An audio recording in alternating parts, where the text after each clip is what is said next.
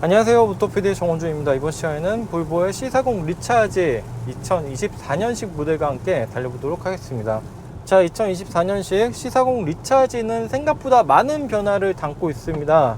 우선 소프트웨어 최적화와 전후륜 전기 모터 개선으로 1회 충전 최대 주행 가능 거리가 꽤 늘었습니다. 전기차에서 가장 중요한 게 이 주행 거리일 텐데요.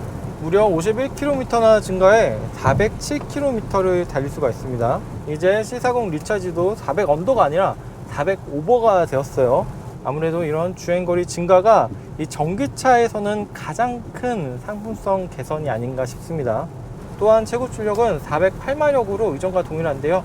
이제는 전륜보다 후륜 모터의 출력이 더 높아지면서 이런 가속 질감도 상당히 좀 달라진 느낌을 안겨주고 있습니다. 그리고 최대 토크도 조금 더 늘어났고요.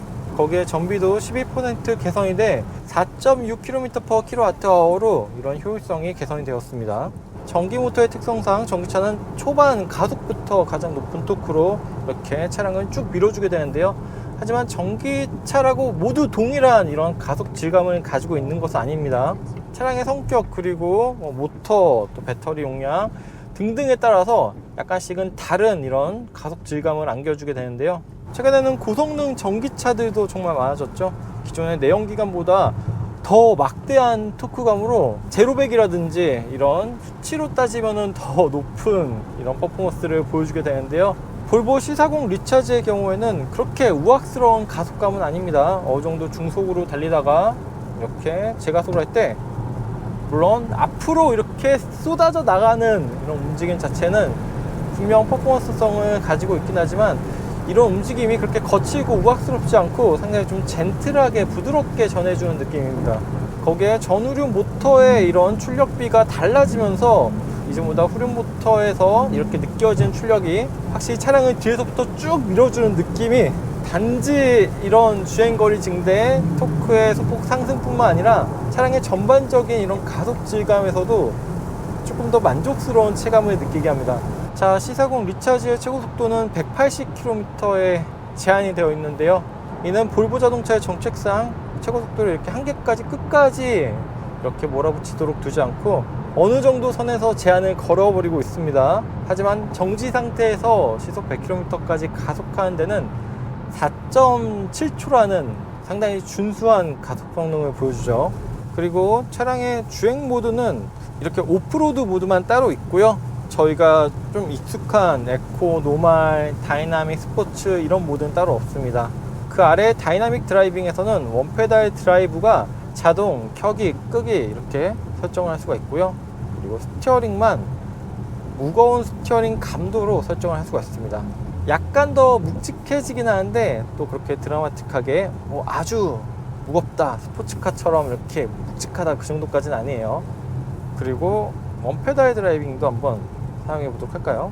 자, 이렇게 원페달 드라이브를 켜자마자 가속 페달에서 발을 떼면은 속도가 이렇게 큰 폭으로 줄어들면서 회생제동을 하게 됩니다. 이런 고속 구간보다는 오히려 도심 구간에서 최대 이런 회생제동 양을 얻을 수가 있는데요. 그래서 이런 고속 구간에서는 오히려 원페달 드라이브를 끄는 게 이렇게 가속 페달에 가해지는 담력의 이런 부담도 조금은 줄고, 그리고 여기는 그렇게 크게 가다서다를 반복하는 구간이 아니기 때문에 이런 회생제동 양을 얻는 운영에도 차라리 끄는 게 나은 것 같고요. 그 대신 이제 시내 구간에서는 또 가다서다를 반복할 때 가속 페달 밟았다, 브레이크 페달 밟았다 이걸 왔다 갔다 해야 되잖아요. 그때는 이 원페달 드라이브가 더 편리하고 회생제동량도 더 많이 획득을 할 수가 있습니다. 또 볼보 자동차는 이런 에이다스 기능이 이제는 많은 브랜드에서 거의 너나 할 것 없이 다 적용이 되어 있긴 하지만 상대적으로 꽤나 이런 에이다스 시스템을 먼저 선도적으로 도입을 한 브랜드입니다. 안전과 관련된 부분은 예전에 이 3점식 벨트도 그렇고 조금 더 중점을 두고 있는데요. 자, 파일럿 어시스트를 작동시켜서 달려보면요, 이런 파일럿 어시스트는 스티어링 휠 좌측편 패널에서 이렇게 눌러가지고 하게 되고요. 위아래로 속도 그리고 오른쪽에 간격 조절을 이렇게 설정을 하면 됩니다. 이런 일직선 구간뿐만 아니라 약간 이렇게 살짝 뉘인 길도 안정적으로 차선 중앙을 잘 유지하면서 달려주고 있죠. C40 리차지의 공차 중량은 2140kg인데요. 예전에는 이제 2톤을 넘는 차량들 내연기관에서는 정말 무겁다고 우리가 보통 이런 생각을 가져왔는데, 이제는 전기차 시대에서는 2톤을 넘는 게 일반화돼서, 거기서 이 무게를 모터 출력과 이런 전반적인 셋시 움직임으로 운전자에게 이런 무게감을 지어주고 있습니다.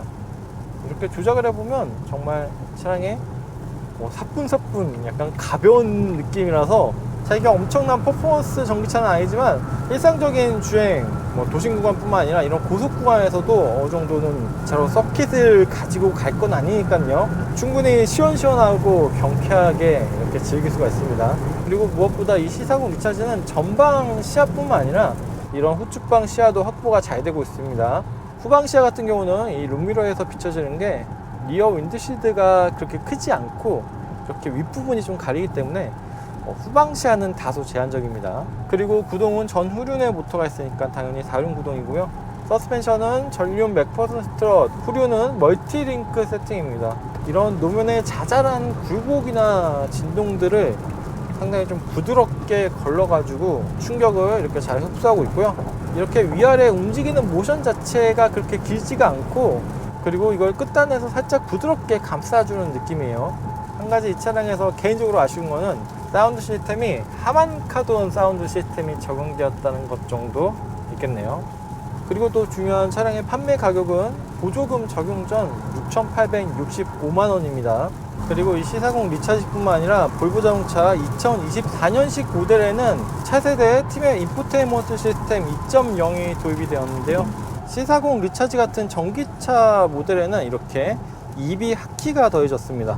전기차를 운용하면서 이제 충전을 위해서 이렇게 충전소를 찾는 경우에 여러 단계를 거치지 않고 이 하키를 통해서 주변의 충전소를 찾아서 또 바로 길 안내까지 이렇게 간편하게 이어질 수 있도록 하는 기능인데요. 지금 같은 경우에는 반경 1km 이내에 충전소가 없어서 자동으로 이제 근처에 나타나면은 표시를 한다고 안내 문구가 떠오릅니다. 이 밖에도 이 T맵 인포테인먼트 서비스 2.0은 다양한 변화가 있는데요. 오늘은 개별 시승이 아니고 좀 이따 또 스왑 포인트에서 차량을 교대해야 되거든요. 이 차세대 T맵 인포테인먼트 서비스 2.0에 대해서는 차량을 바꿔 탄 후에 조금 더 자세히 얘기해 보도록 하겠습니다. 네, 이어서 볼보 S60으로 자리를 옮겼습니다. 지금 타고 있는 S60은 기본적으로 싱글 터보 4기통 1969cc에 250마력 35.7토크의 성능을 지녔고요. 변속기는 자동 8단, 구동 방식은 전륜 구동입니다. 그리고 판매 가격은 5,640만 원이고요. 아까 말씀드린 대로 돌아가면서 이번 영상에서는 이 차량의 전반적인 다른 부분들보다 이 T맵 인포테인먼트 서비스 2.0을 조금 더 집중적으로 살펴보도록 하겠습니다. 볼보 행사장으로 가자. 고생하셨어요. 행사장으로 돌아갑니다. 자, 지금은 단순히 명령어만 수행하는 게 아니고 다양한 루틴들을 지금 볼보 자동차 측에서 여러 가지 이미 설정을 해놨다고 합니다. 둘리가 다니는 고등학교는 어디일까요? 정답은 요리보고입니다. 자, 볼보 자동차는 2024년식 모델의 T맵 인포테인먼트 서비스 2.0을 탑재했습니다. 2.0으로 바뀌면서 생각보다 많은 변화를 가지고 있는데요. 내비게이션 같은 경우에는 그래픽의 신성을 개선하고 보다 안전한 주행을 위해 다양한 기능들을 고도화시켰다고 합니다. 그리고 2024년식 신규 고객뿐만 아니라 2022년식 이후에 T맵 인포테인먼트 서비스가 있는 고객들도 OTA로 업데이트를 할 수가 있다고 합니다.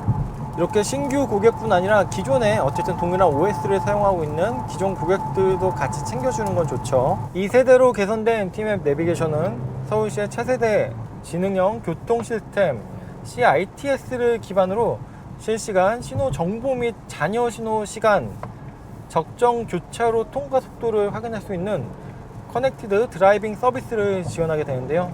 우리가 도심 주행할 때 이렇게 신호가 걸렸을 때 마냥 멍하니 이거 언제 바뀌지 하고 생각할 때가 많은데요.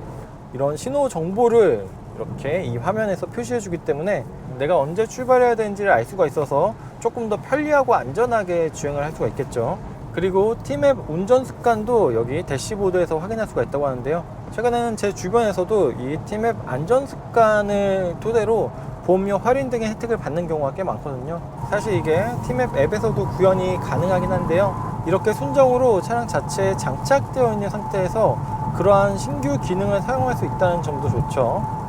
그리고 인공지능 서비스 누구 오토 같은 경우에는 이전에도 평균 96% 이상의 한국어 인식률을 자랑했는데요. 이제 우리가 차량을 소유해서 주행하게 되면은 계속 반복되는 요일이나 시간대에 따라서 이런 개인별 사용 이력을 토대로 즐겨 찾는 경로, 또 선호하는 목적지, 예를 들어서 집이나 사무실, 또 이제 자주 가는 곳으로 그 경로를 제한하는 개인화 추천 서비스도 제공이 되고요. 여러 가지 동작들을 개인화 설정할 수 있는 개인화 루틴 설정이 새롭게 추가가 되었습니다.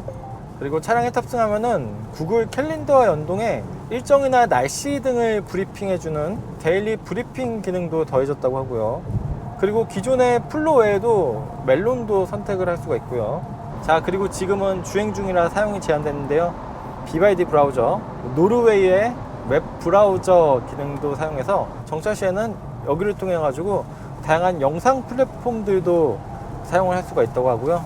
그리고 이렇게 연합뉴스 앱으로 들어가면은 15 시리즈 등 새로운 제품을 공개했습니다. 이렇게 뉴스를 눈으로 읽으면 위험하니까 운전 중에 이렇게 파크에서 신제품 발표 행사 원더러스트를 열고 이렇게 음성으로 뉴스를 읽어주는 기능도 사용할 수가 있습니다.